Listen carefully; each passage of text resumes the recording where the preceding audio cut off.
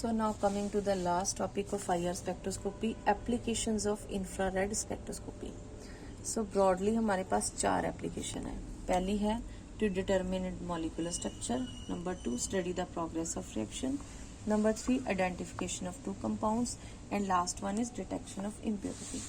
तो molecular structure में हमें क्या पता चलता है? फॉर एग्जाम्पल अगर किसी कंपाउंड में हमें 1715 के अराउंड स्ट्रॉन्ग एब्जॉर्प्शन पीक नजर आती है तो हम ये कह सकते हैं कि इसमें कार्बोनाइल ग्रुप प्रेजेंट है. But we need to remember कि उसको कंफर्म करने के लिए we need to perform solubility test and chemical test. However अगर किसी कंपाउंड में इस एरिया में एब्जॉर्प्शन पीक नहीं आती तो ये कंफर्म है कि इसमें कार्बोनाइल ग्रुप नहीं है. तो using IR data we can determine the molecular structure. Second is to study the progress of reaction. For example मैं एक रिएक्शन परफॉर्म कर रही हूँ जिसमें मैं ऑक्सीडेशन कर रही हूँ ऑफ सेकेंडरी अल्कोहल. तो जैसे ही इसकी ऑक्सीडेशन होएगी it will be converted into a ketone. अब जो अल्कोहल है इसमें OH होता है, जो कीटोन होती है इसमें CO ग्रुप होता है. जो OH ग्रुप होता है उसकी एब्जॉर्प्शन इस रेंज में आती है और जो कार्बोनाइल ग्रुप है वो इस रेंज में आता है. तो आप देखोगे कि जैसे ही स्टार्ट किया रिएक्शन यानी कि मैंने कंपाउंड लिया और जब मैं उसका IR लूंगी तो स्टार्टिंग में मुझे सिर्फ ये पीक्स नजर आएंगी. 3400 की रेंज में मुझे OH की पीक्स नजर आएंगी. थोड़ी देर बाद मैं उस बीकर में से थोड़ा सा सैंपल लेके मैं IR लेती हूँ तो हल्की हल्की peaks in the area of 17515 बननी शुरू हो जाएंगी. ठीक है.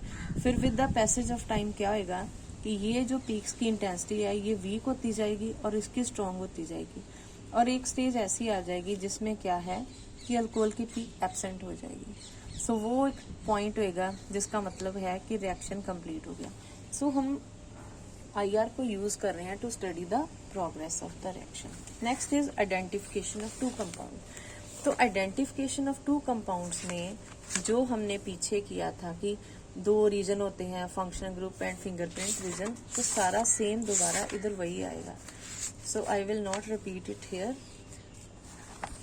यहाँ पे आप वो 2 चीजें दोबारा से मेंशन करोगे.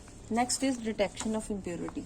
अब हमने कंपाउंड लिया, बीकर में डाला, थोड़ी देर के लिए आप कुछ काम करने चले गए, कोई और काम करने आए, कहीं कंटेमिनेशन तो नहीं होगी. इस चीज को हम कैसे कंफर्म करेंगे? कोई कंपाउंड जितना प्योर होएगा उसके जो IR में एब्जॉर्प्शन बैंड है उतने ही शार्प और वेल डिफाइंड होंगी और किसी कंपाउंड में जितनी इम्प्योरिटी ज्यादा होगी उसके एब्जॉर्प्शन बैंड उतने ही ब्रॉड एंड पुअरली रिजॉल्व होंगे.